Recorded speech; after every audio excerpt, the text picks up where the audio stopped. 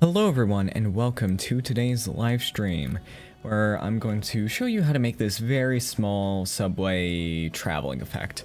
So during my time in London, oh wait, I need to make the stream public. 1 second everyone.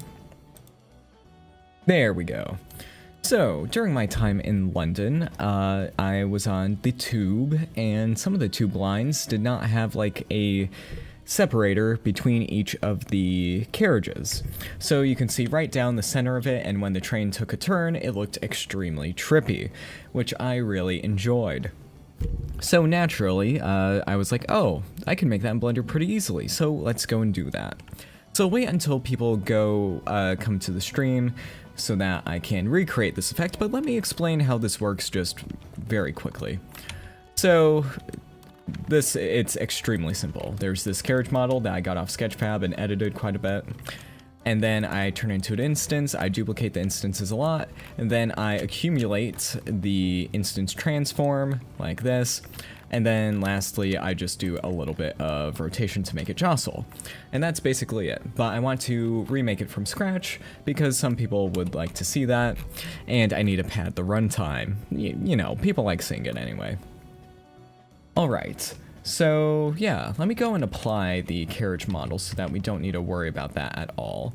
And actually, wait, we can go and make this a little bit better, because I can make this work with instances rather than like a collection, rather than just one model. So yeah, we can go and vary this by a bit. Okay, so let's go and change this up. We'll keep the first effect, but we'll go and make a new collection that has our subway or our tube models. I'll label it as subway just because most of my audience is American. And yeah, so we'll put that and the human model into there and hide the original effect right here. So yeah, we have that, and then let's go and add in a plane that will be our geometry nodes holder for all this. So let's go and bring our subway model into here. And we're not going to separate or reset any of the children. We're going to keep everything just as it is, so that this will be just one instance. And then we will duplicate the elements, in this case the instance. And let me get the spreadsheet out here, because I think this will be useful to make sure that nothing has gone wrong. So we have one instance, and then when we duplicate this, we have, yep, that should work out just fine. So with this simple setup, we can use a set instance transform node. Oh, and let's see. I'm using Blender 4.5, so we have the instance bounds at our disposal. But I don't think we could possibly use that, but let's make sure it actually works in this case. Oh, is this because it's an instance of instances. So in that case, it doesn't work. Yeah, that's expected. Okay, but let's go and use the accumulate field node and set this to be transform. Then use a combine transform node. There we go, and we want the trailing to be put into here. So we can see that nothing is happening. Oh yeah, set that to instance. And then if we set this offset, we can see that all of these are just being moved. So right now we just have an array. It's like the array modifier in a sense. But we can go and manipulate this a little bit more than usual. So we can go and add in noise to make all of this rotate, and that should look pretty cool. But there is just one caveat to all of this, and that's that the rotation center is not correct, as we can see here. So what I'm going to do is I'm going to move our subway model here instead of, well, yeah, I'll just move the subway model so that the beginning of one part is at the end of the next. I think that should be okay. Yeah, let's just move it right there so that it all works out. Nice. Then we can set this to be 0. We can see that oh wait, no, it has to be the other way. My bad. So we're going to do this instead, and we can see that, yep, that works out pretty well. There we go. Let's hide the original collection once again. Let me just check the audio. Yep, all that's working just fine. And there, we can see that that's doing that, and we can rotate it there and there. And if we zoom out, we can see that the stacking is working quite nicely. So let's go and get a noise texture set to be 1 dimension, and then use the index, and then we can divide that so that we can go and scale our noise gradient. And then we can just feed in the color scaled into the rotation. So let's go and set that to be 1 and 1, and now we can see that as we do this, it will scale properly. Let's set that to be a multiply because I only want it to affect that axis.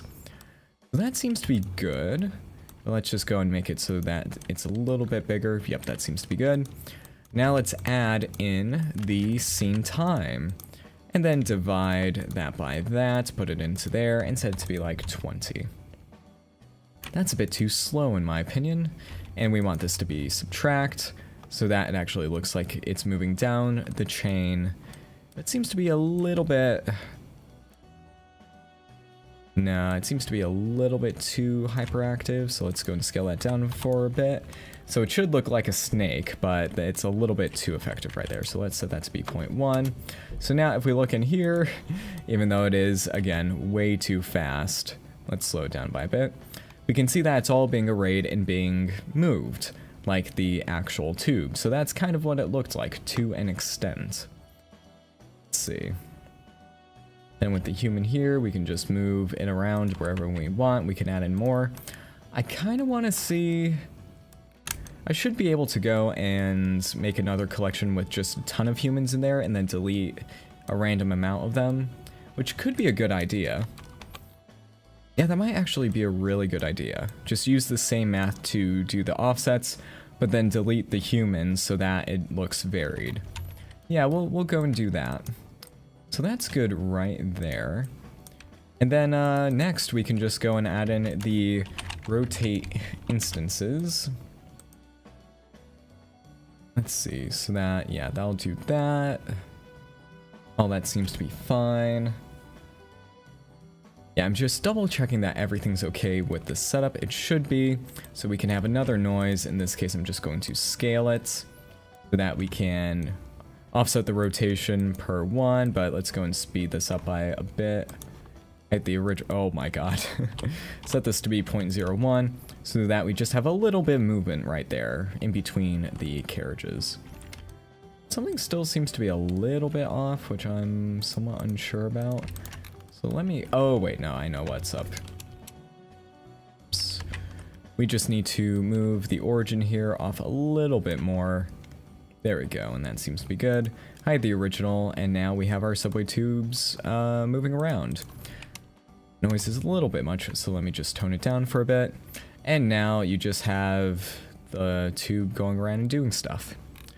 I think the scale here could be lowered by a bit, because outside it looked weird, but we just care about how it looks on the inside. Because outside, this is in like local space to this carriage, but if we were like moving along with the noise, or in world space, I guess, it would look normal. It just going around random tracks and doing all that fun stuff. Okay, so that's the baseline of the effect done. Let's go and put different parts into frames just for organization. Should be good. Should be good. There we go. And then that's that pretty much. That's the effect. Pretty simple. And then what else could we do? Okay, so let's try having the randomized humans to take this another step further. So here we just have our subway collection, which we can add in whatever we want. But now I'm going to have a human collection. There we go. So that I can have like human spaces, humans in various different poses and such, just to add in some variety. And we're going to randomize which ones are visible. So we'll move one like right here. Not all of these will be visible, but just enough so that people can, well, just enough so that it looks good and random when the other ones are deleted. So we have all these inside of another collection, and we're going to do the exact same thing here. So we're going to have a duplicate set up here, right there, with the same data going to and fro. To and fro, wow, that's a phrase I haven't used in a while.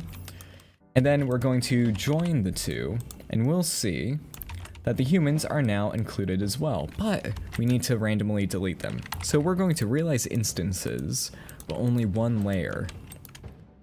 So we should see, in this case, that, yes, there are all the humans right there, and that seems to be good. So if we delete geometry on the instance domain, let's set this to be random. We should see that a random amount of these characters get deleted, which it seems to be a little uneven. No, it is working, but not as well as I was hoping for. It's not bad, but here, let's go and check it in context. My mouse was being a little bit weird there. So yeah, now it looks like there's just a ton of humans on the tube. And I could just randomize their placement, or yeah, let's lower the count. Why does it look like they're very biased towards one side? They're not, it's just the random distribution is a little iffy.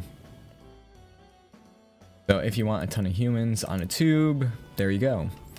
And the lighting is a bit iffy because this is EV Next and the fast GI. Wow, it is so blurry. My goodness. But yeah, that's the case there. I can change it to be cycles. Then we can see that the bounce lighting is working quite well. But yeah, just for the real-time nature, it's fine.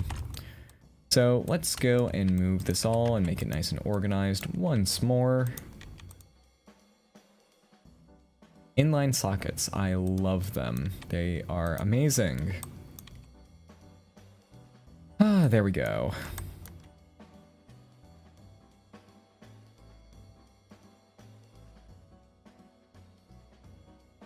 Then, yeah, I could put you into there, and then that's basically the setup. Again, something nice and light for today, just to, you know, get back in the swing of things again, because I'm still a little bit, not burnt out, a little exhausted from traveling to London.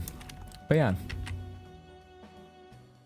Let's see, what else can we do with this effect? Because the humans are moving around just fine, we can go and randomize them, they can be doing whatever they want, but the effect is solid.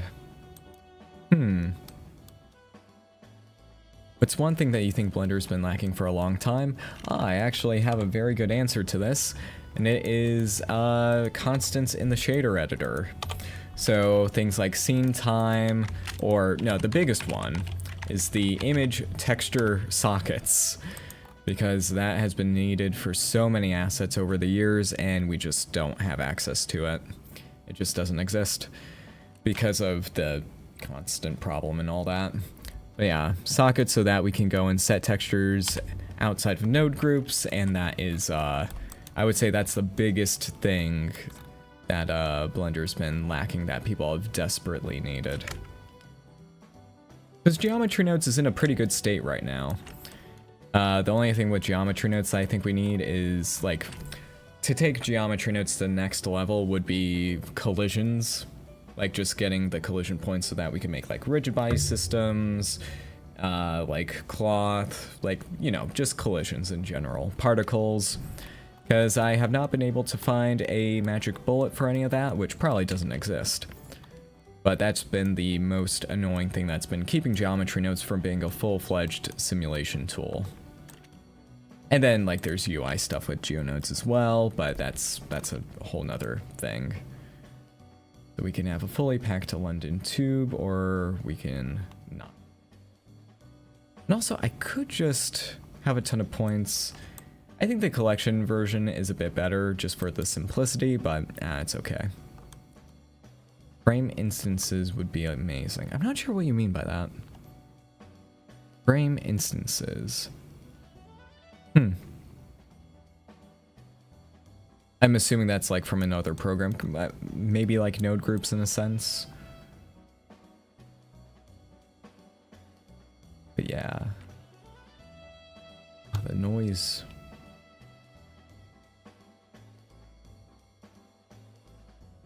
Frame index. Okay. Yeah.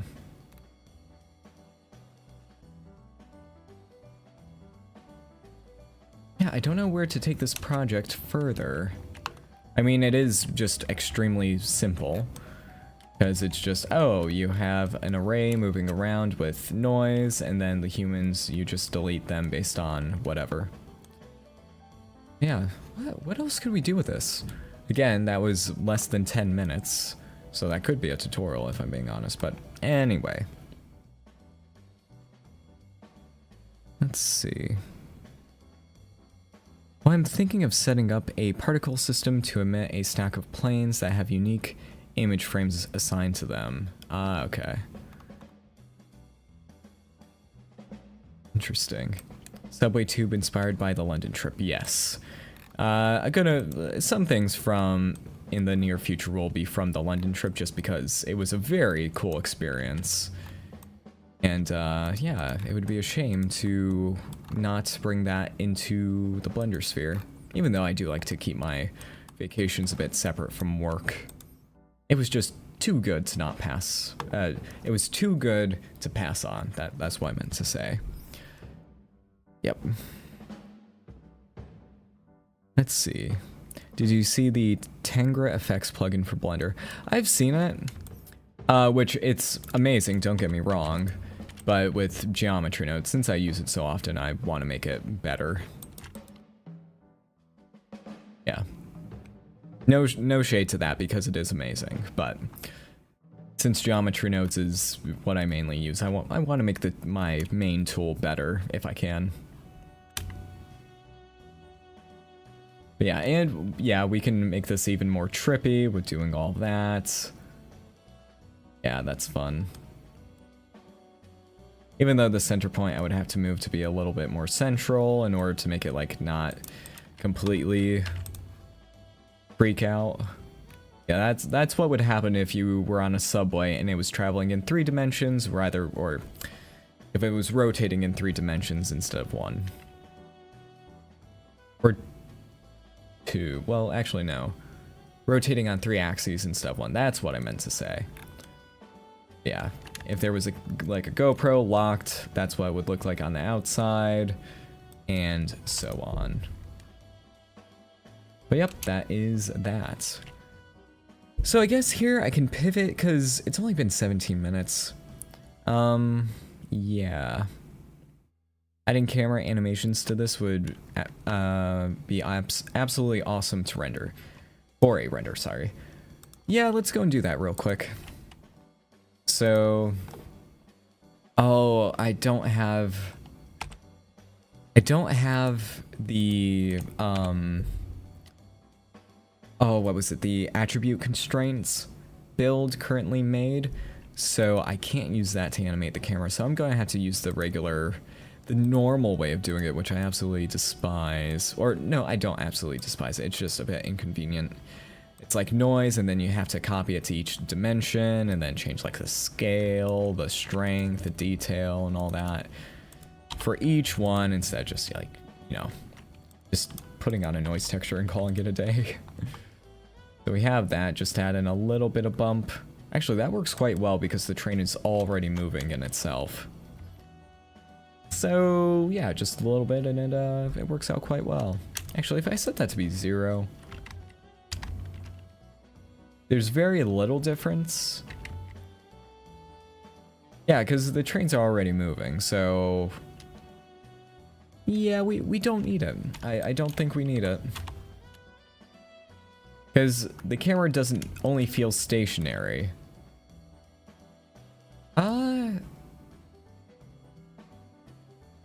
Actually, no, the camera does feel stationary. So let's reverse that and see if this gives a different impression. Actually, no, that does add to it. Yeah, scratch that. Let's go and move the phase. And I forgot they added the roughness.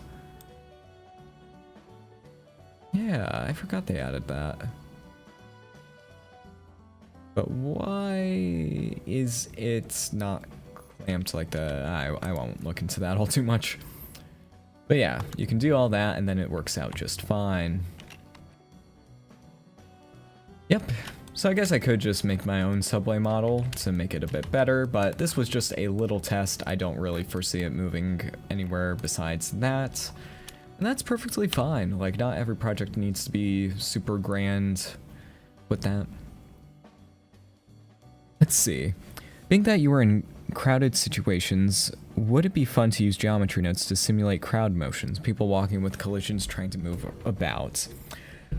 well, there's products for that. But yeah, that is possible. Like, you can just have simulation nodes, have like basic particles moving from point A to point B, and then have them avoid each other, and then just instance like a crowd collection of people walking, and that would work. But I gotta say, I don't really want to recreate that, because being in crowds, it's not the funnest. Like, just being like next to like Big Ben in Westminster, like, that was just a sea of people, so many everywhere in every direction, and having to just be like, again, just a drop in the ocean that's moving around. It was a bit uncomfortable, I gotta say, because I don't usually operate in those kinds of conditions. It was manageable, but not fun. Yeah, it is possible in Geonodes. People have done it before. But I haven't seen people do this before. But I wouldn't be surprised if people have, to be honest. Let's go and delete that. So yeah, humans on the tube. That's that. So I think that's enough for this effect. I think I'll keep the stream to be like maybe 30 minutes long, because I want to give a little update on the scene info node. So I'll go and boot that up. So let's go and exit out of this and put up the Blender build, which, the shortcut is a little bit... The shortcut broke when I had to. There was a library change, so I needed to delete the current one and then kind of remake it a little bit. Just the build file, not the main repository. Okay, so we should see this. Yep, that works out well. Let's go toggle window full screen, go back to the Geonode tab. So here is the scene info node, which I'm hoping to get into Blender 4.5, even though it is honestly a bit lower priority than the other nodes, because you can get this data just by like adding in a driver, but it's more convenient to just have it on hand so that you just add it into a scene and it just automatically updates and you don't need to worry about it, especially the gravity, like the aspect you would need. These could be used with like the camera info node in tandem. So yeah, this could be used. And then yeah, so right now the only thing I need to add in is the dependency graph handling, which is the hardest part of this node, and I need to look at the camera info node to see how that was handled so that I could put it into here, because it's been a fair bit. But yeah, here we can get the start frame, end frame, frame rate, resolution X, resolution Y, aspect, and the gravity. So if you like have a particle system and you want it to inherit the actual scene gravity, you can go and do that, or whatever you want. Because sometimes if you want to make a very robust asset, you want it to like actually inherit the gravity in case like units change and all that kind of stuff. But yeah, that is that. So yeah, what else do we update with all this? Actually, I want to do a little test just to see where this currently is, because it's been a while. I've been procrastinating on this because, well, one, I've been on vacation, and two, I'm not looking forward to the dependency handling. So let's go to scene info, there we go. Let's get the grid, and I just want to check that this is working the way it should. Oh, this is going to be a pain for it to, actually it shouldn't be too much of a pain. No, it is, because it is over 1 million vertices. Yeah, that's to be expected, but if I set this to be 50%... Oh, wait. Oh, the resolution doesn't handle that. Okay.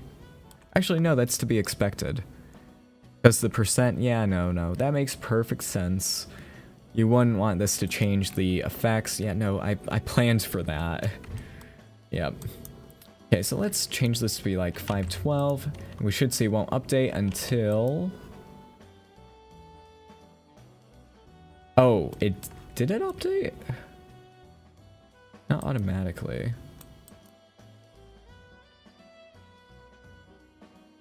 Nope, it did not update. Oh, it is not updating. No, wait, it did. Be like that. Yep, still didn't update. Okay, now it did. So yeah, that's just what I need to work on. When that updates, this will update, and so on. So let's set that to be 100 by 100. Did that cause an update? Yes, it did. Okay. It's a little hard to tell, if I'm being honest. Let's use a transform geometry node and then put the aspect into here, into the scale, because sometimes that is useful. Okay, so that, yeah, that causes an update. Thing updates it, yeah, it checks. There we go, so we could change that. So aspect, I don't think many people would need it, but in the data's there, so you might as well add it. Yep. I'm wondering if there is any push to implement modifiers as nodes. I tried Houdini recently, and it seemed much higher level and immediately useful. Geonodes need to be built from a lower level. There is a push for that, but currently, like, the node UI is the biggest thing holding it back, I would say. To an extent. It is, like, there are a few things that just need to be... A few last things that need to be added before that can fully take shape. Like, there's no icons for all the node assets and stuff like that. The devs were talking about this very topic before. But like with the mirror modifier, we don't have a bisect node, which we would need to replicate that. With the armature node, there are things that need to be, you know, handled with bevel. Well, bevel needs to be remade anyway, which I believe is on its way. But yeah, build could be made with a node group. Mask could be, like, quite a few of these can, but some of them just straight up can't. Like remesh, I don't think can, just because that has some specifics surrounding it. Multi-res, no chance. Actually, the deform ones, yeah, no, there's just quite a bit of... Geometry nodes will get there, but it's a matter of, like, what ones they want to add, which maybe should be, like, from a poll or something like that. But as soon as geometry node assets become good enough, oh, and there's also like the asset embedding and stuff like that. There's a lot of technical stuff going on before that can occur. But once that happens, like, the amount of nodes will skyrocket. Just because, like, there will be so many that can be added. Like a new simulation system, all that. Simulation. Oh, right, that's mine. I was like, wait, why is there a simulation thing there? I forgot that I added that. But yeah, lots of stuff for the future. And there also are already some, like Smooth by Angle is a Geonode group, and then with like the curves, all those are Geonode handled, which those should be updated visually, which I thought about doing, but I haven't had the time to add in like panels and stuff like that. But yeah. So I think this might be the end of the stream for now. Again, a very short one, just because this was a very, very simple effect. Like, what else could I add here? Oh, the HDRI is broken. Oh well. Oh, that's probably because of the, yeah, this is a build. But yeah, thank you all for watching this very, very short stream. I think I'll answer like 1 or 2 questions if they appear. But yeah. Let's see. Need that info, node info in Blender like Houdini. Yeah, like Houdini is the standard. Like, you don't want to just straight up copy Houdini, but I do want to access as much data as possible to make geometry nodes as useful as possible, because that would be good. Alright, I can also scale these, which I don't do often, but that's funny. We can make it so that they're all just shorter off base, so that you just look down at more and more and more, and then it just shrinks and shrinks and shrinks. Which looks very weird from the outside and the inside, but you know. Let's see, let's set it to be 1, 1, and 1. Wait, why does the color grading also look very weird? Color management. Oh, the color management parts are not built in the light version. Okay, that makes sense. Alright, so yeah, I guess that's it for today. Thank you all for watching, and I will see you next time. Have a good one.